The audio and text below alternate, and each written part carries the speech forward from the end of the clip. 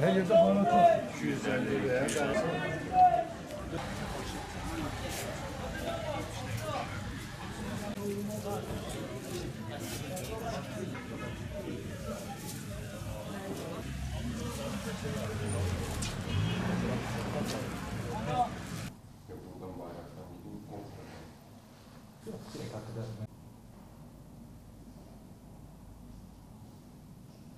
İyi olur ya.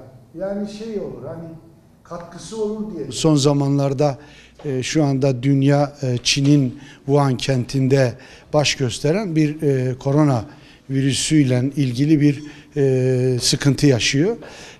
Dünya sağlık anlamında ciddi anlamda bir zor günlerden geçiyor. Tabii çok şükür özellikle ülkemiz Sağlık Bakanlığımızın almış olduğu çok önemli tedbirlerle bu krizden en az etkilenecek şekilde yoluna devam ediyor. Tabii bu arada özellikle son zamanlarda bu hastalıklardan korunmanın yollarıyla ilgili akademisyenlerimizin ve tıp doktorlarımızın yapmış olduğu açıklamalarla yola çıkarak özellikle kuru meyve grubunda tamamı ama kuru kayısının da özellikle içerdiği A vitamini ile antioksidan özelliği taşıdığı için özellikle vücut direncini hem yüksek tutma hem de hastalıklara karşı koruma açısından çok önemli bir vazifesi ve görevi ifade etmek için toplandık. Bir kuru kayısıdaki A vitamini miktarının çok yüksek olması insan sağlığı ve insan vücudu açısından çok önemli.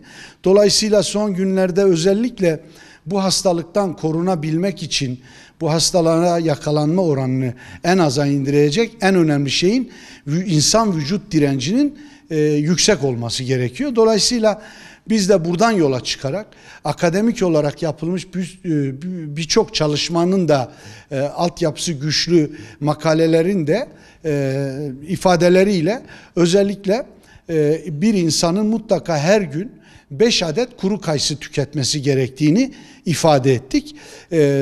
Mutlaka bu önerilerimizi dikkate almalarını rica ediyoruz. Çünkü kuru kayısıdaki vitamin değerleri beslenme uzmanları tarafından da insan sağlığı açısından ve vücudun direncinin yüksek kalabilmesi için ne kadar önemli olduğunu burada arkadaşlarla paylaştık. Kamuoyunun dikkatini de bu noktaya çekerek her gün mutlaka 5 adet kayısı tüketmesini mutlaka önemli olduğunu kamuoyuyla paylaştık. Koronavirüsüyle ilgili yani daha çok bu tür rahatsızlıklarla ilgili özellikle insan bedeninin vücut direncinin düşük olduğu dönemlerde daha çok hastalıklar nüksediyor.